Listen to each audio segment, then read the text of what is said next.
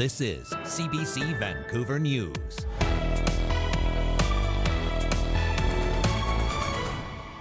Tensions are increasing after a group of protesters stormed a wildfire barricade in BC's North Shuswap. I looked at it truly in horror and I said, oh, this is going to be bad. Igniting fear in fire crews. Plus, the province has lifted travel restrictions to West Kelowna, We need to address the risk and make sure there's no chance of things getting worse. allowing hundreds of people to return home. And a year after a Vancouver couple was killed in a head-on crash near Vernon, impaired driving charges have been laid. Our day-to-day, our minute-by-minute, it's like endless suffering for us. Why friends and family are speaking out about what they call a slow-moving justice system. Good evening. Thank you for joining us. I'm Janella Hamilton. We begin tonight in BC's North Shuswap region, where tensions are increasing after a group of protesters stormed a wildfire barricade, igniting fear in fire crews, which considered pulling back from the area. As John Hernandez reports, the incident marks the latest in a series of conflicts over the ongoing fire response. People are restricted from their homes, restricted from their livelihood. They called themselves the Convoy of Truth and Freedom. About 20 of them descended on this roadblock, demanding to be let into the wildfire evacuation zone, saying they wanted to deliver supplies. Their intention was to cross that evacuation line. In the middle of the standoff, the BC Wildfire Service posted on social media saying it planned to pull crews out of the area out of fear for their safety. I looked at it truly in horror and I said, oh, this is going to be bad. District Representative Jay Simpson, who is in the evacuation zone, says he pleaded with BC Wildfire to stay. That is not me. That's not our community. It's not where we wanted to go. After speaking with police, BC Wildfire deleted its post. The choice was made in an effort to not give something steam that didn't and doesn't deserve to have it. The incident, a flashpoint amid ongoing tensions in BC's Shuswap region, where 11,000 people are on evacuation order and the fire still burns out of control. Many have stayed to fight the fire themselves, claiming the area is over-policed and underserved by wildfire crews. Still, RCMP say the protesters weren't from the area. We don't know what their intentions may be, and in addition to that, it's just clearly just not safe. Residents on both sides of the barricade are frustrated. Let the emergency crews do what they need to do to sit there and keep everybody safe. This is where I saw most of the action was right here. Sorrento resident Daniel Shoemaker works in the fire zone. But if you're not from that community, stay out. You have no right being over there. After days of telling people in the evacuation zone to leave, the province recently pledged to work with them. Many hope this latest mishap won't set that progress back. John Hernandez, CBC News, Sorrento. For more on what's happening in the Shuswap region and how it may impact the progress in building cooperation with the Wildfire Service and people living in the area, here's Justin McElroy. Today was the first day since Monday, actually, where Premier David Eby or any members of his cabinet did not speak about the fire in the Shuswap area, and that was deliberate. They're trying right now to talk to people on the ground to try and lower the temperature, to not say anything that might inflame tensions or cause consternation, so that they can try and find that cooperation that John spoke to, which includes both having ways that volunteers can help with the wildfires as well, who live in the area, as well as some ownership over the blockades. Those talks are still ongoing, nothing public yet from either side at this point, but like you can see in some negotiations, silence sometimes a good sign. People are fairly confident that the 10 to 20 or so people that showed up were virtually all from outside the Shuswap region, but it shows just how tenuous this situation is right now, and the stress over the deleted Facebook post saying that they were getting out of the region, and just how fragile this situation is. You know, we're going to be entering tomorrow the second week of this region being under an evacuation evacuation order, yet hundreds of people still in the area. There's a lot still to resolve. The fire is still quite close, and there's no timeline for removing that order. So there's a lot for them to figure out. Last night's incident certainly showcased just how things could fall apart quickly depending on the situation. BC's Emergency Management Minister says travel restrictions for West Kelowna will end tonight at midnight, but officials are still urging travelers to avoid fire-affected areas. The announcement comes as more evacuation orders are downgraded to alerts, allowing hundreds of people in the Okanagan to return home. Of course, it's important to acknowledge not everyone has a home to return to. Fire officials say a final sweep is being done of some of the impacted areas to make sure there aren't any more hazards, but residents in Kelowna and some in West Kelowna and Lake Country are now able to go home. It's because both the Clifton and McKinley fire in Kelowna and the Clark Creek wildfire in Lake Country are now being classified as being held, which means they are not likely to spread under current conditions. It's being called a step in the right directions, but officials are urging people to be patient with the process. There's two main reasons why we're continuing to keep people out of their homes. The first is because there's still fire in your neighborhood and or significant damage from fire in your neighborhood. And the second reason is that there is the risk still of fire. And we're still not wanting to put you back in because we don't want to make it worse. We need to address the risk and make sure there's no chance of things getting worse, because I don't want to have to evacuate anyone a second time. Last night, 309 properties were taken off evacuation orders in the West Kelowna area, along with a number of other areas in the district of Lake Country. And tonight, evacuation orders for hundreds of properties in West Kelowna estates has been downgraded to alerts, a sign of hope for many in the region who are just happy to be able to go home. I'm sure most people feel the same way, just to be able to kiss your floors, let your dog out in your own home, not have them in the back of your car. The BC Wildfire Service says while weather has been favorable, temperatures are expected to rise going into the weekend, and crews are expecting to see an increase in fire activity in the Grouse Complex wildfires, particularly the McDougall Creek wildfire near West Kelowna, which is burning out of control at a size of 12,300 hectares. So far, officials have confirmed 181 properties have been damaged by fires in the Kelowna area. Further assessments to figure out the full scale of the destruction continued today. All evacuation orders have been lifted for the Upper Park Rail Creek wildfire, an out-of-control fire approximately 13 kilometers northeast of Karamias. The evacuation order has been removed for all 96 properties along Grand Oro Road and the Yellow Brick Road areas. However, properties will remain in evacuation alert. Willowbrook Road and the Yellow Brick Road area will be open to traffic. 13 properties along Ashnola Road and Ewart Creek Road remain on evacuation order due to the Crater Creek wildfire. Smoke is once again blanketing Lytton as two wildfires burn out of control nearby. So about, I think it's about 10 to 15 miles north of us is the Stein fire, and about another 10 miles south of us is the Kukupee fire.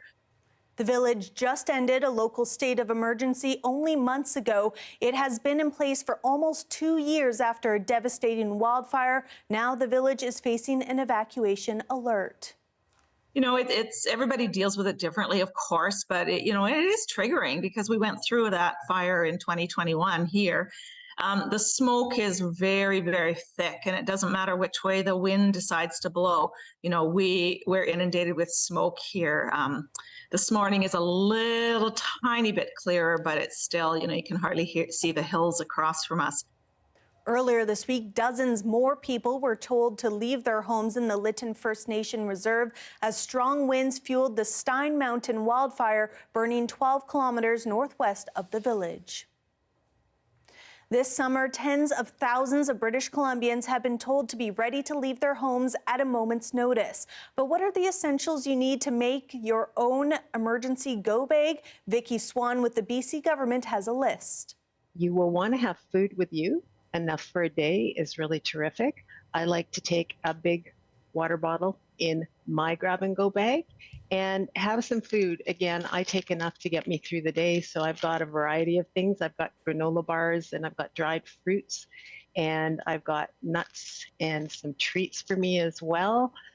Communications is really important when you're in an evacuation situation, so you want to make sure that you communicate and find out what's going on. Super critical to have your phone with you and make sure you have a phone charger. If your phone dies, you'd want to have a battery backup. So that's a battery bank in case your phone dies when you're in an evacuation situation. Something else that's really great to have in your grab-and-go bag is a hand crank radio. Something with battery backup is really terrific. Those are just a few things you should have in your go bag. For the full list, you can head to preparedbc.ca and go to Build Your Kits. Despite a summer of ongoing troubles, BC Ferries says it has been a record-breaking year for passenger traffic, with more than 21 million people using the service. So for context, that's more people that pass through YVR. And YVR is the country's second largest airport. This is a big system. It's one of the largest in the world, and I think people forget that sometimes. At the corporation's annual general meeting, its CEO said the ferry service saw close to 500 sailings a day, with 85% going out on time. The Coastal Renaissance, which operates between Tawasin and Nanaimo, will be out of service until mid-October.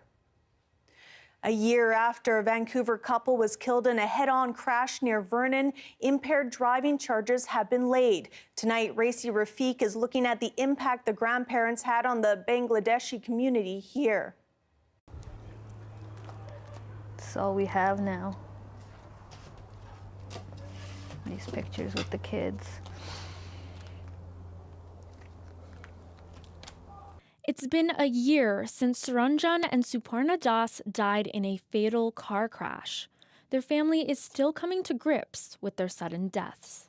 The cascading effect of this loss, it's forever.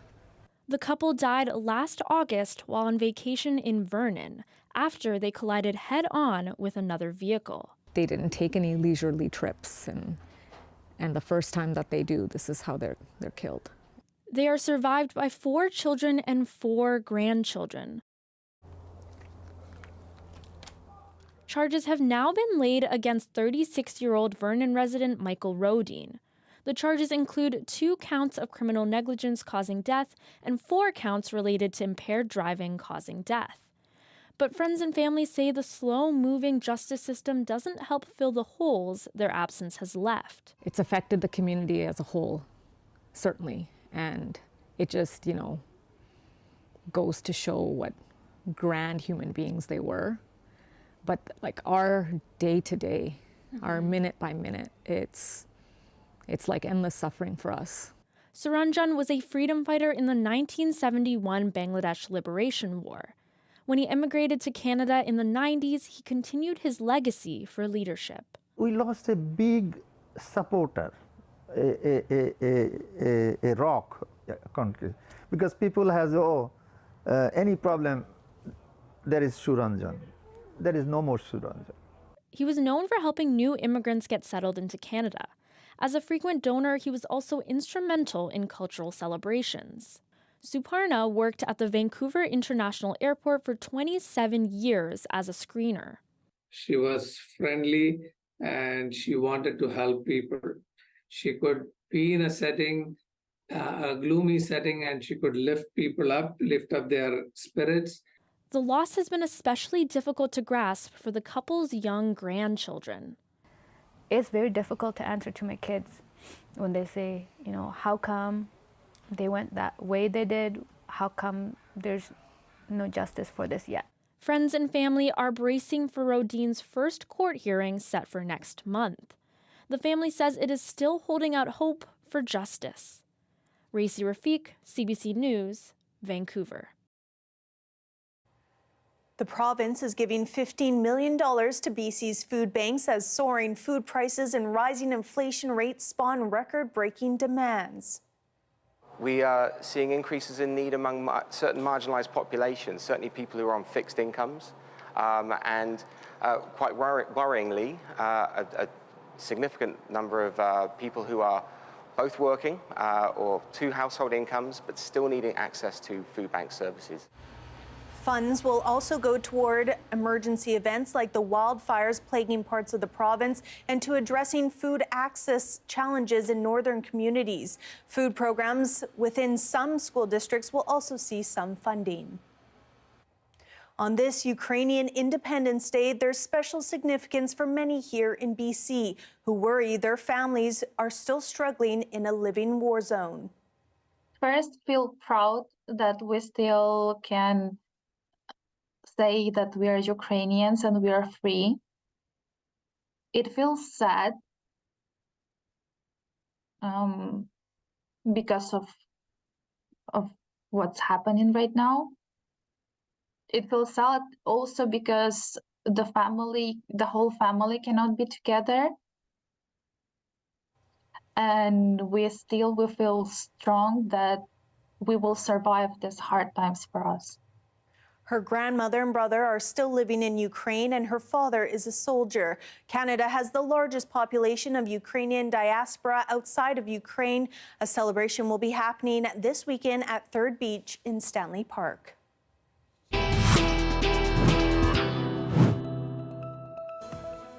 Coming up, it's an image many have been waiting for in the legal saga of Donald Trump's indictments. A glimpse of the former U.S. president as an inmate. That story is next.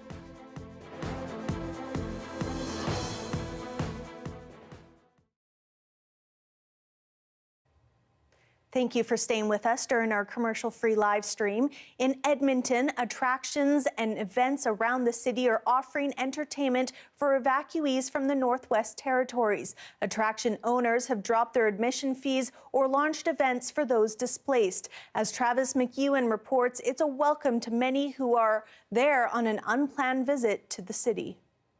Remax Field hasn't hosted a baseball game for weeks. It's currently being used for family fun for evacuees from Yellowknife and other communities, from free pizza to t-ball and a few yard games, courtesy of the Edmonton Riverhawks. Seeing nothing, hearing nothing about anything other than evacuees, understandably so, and just wondered what we could do. And it's like we can throw open the gates to this beautiful ballpark and help them take their mind off things for a few minutes. The City of Edmonton is offering evacuees free admission to all rec centers, the John Jansen Nature Center, the Mintar Conservatory, and here, the Valley Zoo. They think it's a vacation. Look at the people there. Julie La Rochelle's two children have not minded being away from their Yellowknife home, as she and her husband took them to the Valley Zoo and the TELUS World of Science. All of it free of charge. It's great because it's unexpected to come here, so we don't have much money or not all the things to do, so it's good to get this. And a new offer is kicked off. The Edmonton Elks are giving away free tickets to their next game on Sunday. When we were touring the north several years ago, the mayor of Yellowknife at the time, we got to know, and he personally reached out on the weekend and said, would you consider this? And we said, absolutely, even if only 10 people show up, we're good to go. But if all 3,000 show up, we've got room. And we've already had people coming to the ticket office to get their tickets. It's an offer that's enticing for La Rochelle. I like it. We might get ticket and go then. As it's still not clear when evacuees will be able to head back north. Travis McEwen, CBC News, Edmonton.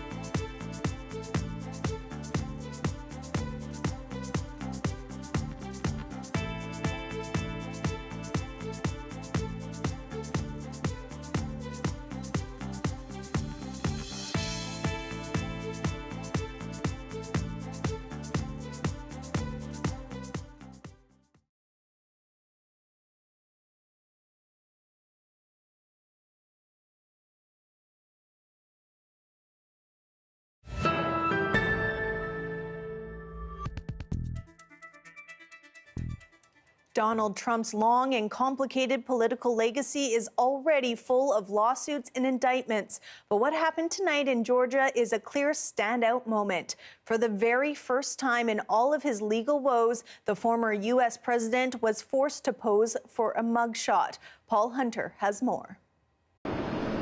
His journey tracked almost every step of the way. Donald Trump landed in Georgia, set to make U.S. political history again.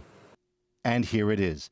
From a jailhouse just north of the airport, the 45th President of the United States ordered to face the camera for a mugshot. Without a doubt, a remarkable image.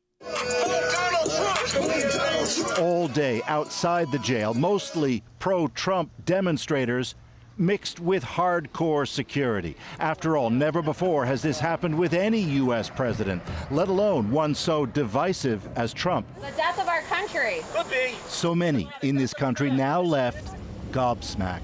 Really just a remarkable moment that a president has behaved in such a way that that sort of treatment would even be required. Trump joins a lengthy list of others who've now also surrendered in this case, former lawyers, advisors, and his one-time White House Chief of Staff, Mark Meadows, all accused in Georgia of scheming to overturn the 2020 presidential election results in that state. Back at the jail, Trump, who right now is also dealing with 3 other serious legal challenges, was released on $200,000 bail. If found guilty in this case, he'd face mandatory prison time. And yes, through it all, he remains the leading contender to carry the Republican nomination next year for the White House. At this week's debate for some of the other candidates, almost all of them said they'd support Trump if he wins. One who did not was former New Jersey Governor Chris Christie. His character matters, the truth matters, and that his conduct is below, well below, what we should expect from a president of the United States. But the real question, how many Republican voters feel the same way? After his release, Trump himself was defiant. We did nothing wrong at all, and we have every right, every single right, to challenge an election that we think is dishonest, that we think it's very dishonest. Here we have a live shot of people at the White Rock Pier. Darius will have our full forecast coming up next.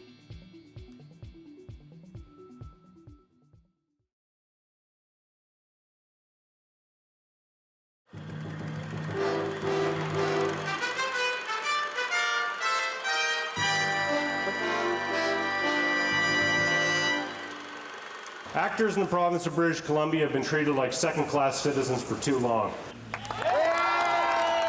About 300 of British Columbia's 1,600 actors marched to the offices of BC's Labour Relations Board today. We cannot let our government decide that we can't strike. We cannot let The Union of BC Performers is protesting several recent decisions that restrict the right of its members to strike, effectively making acting as essential a service as teaching or nursing. My main complaint is I know that the producers they're in it to make money. They're not in it for my welfare, but to have the Labour Relations Board, to have the government deny us the right to strike and to collective bargain is just beyond my comprehension. And ready and action. All right, troops. The Union of BC Performers, UBCP for short, believes the recent decisions by the Labour Relations Board are meant to keep the BC film industry free of any labour disputes that could scare away American producers. The union also fears it's being targeted by Hollywood producers to cheapen its rates, a development that could have international implications. The problem is that the major Hollywood studios are here to execute an agenda. If they can set the precedent with the smallest union in North America, the next step is to go to the bigger unions and say, well, we got the precedent in British Columbia. The lawyer representing one of the film productions in this dispute says Hollywood has larger issues to worry about than this. Rather than negotiating on substance, some fairly minor points even, they've just said, no, we can't give you that because it'll set a precedent. And I don't believe that a show that's going to shoot for 50 days once, it sets a precedent for a long-term agreement. We don't work non-union. UBCP swears the fight isn't over yet. It already has the support of the Canadian Auto Workers and the Screen Actors Guild, which represents 95,000 American actors.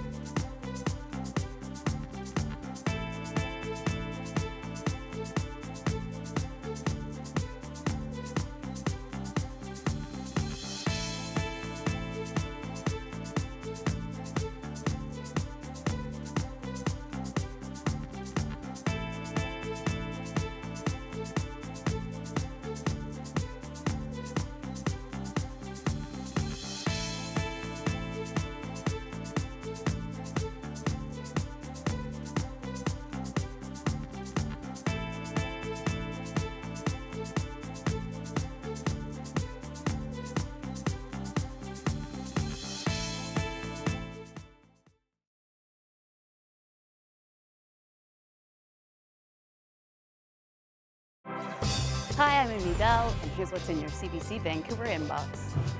Support sustainable agriculture and celebrate local food with Margaret Gallagher at Feast of Fields. Enjoy the Gourmet Harvest Festival at the Stable Harvest Farms on September 10th.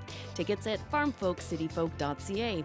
And never miss a special programming series, event, or contest. Subscribe to CBC Vancouver's e-newsletter at cbc.ca/Vancouver inbox and keep connected with us. The weather update is brought to you by Direct Buy Furnace. To cool and clean the air in your home, call Direct Buy Furnace. Installing Train, the most reliable heating and cooling brand.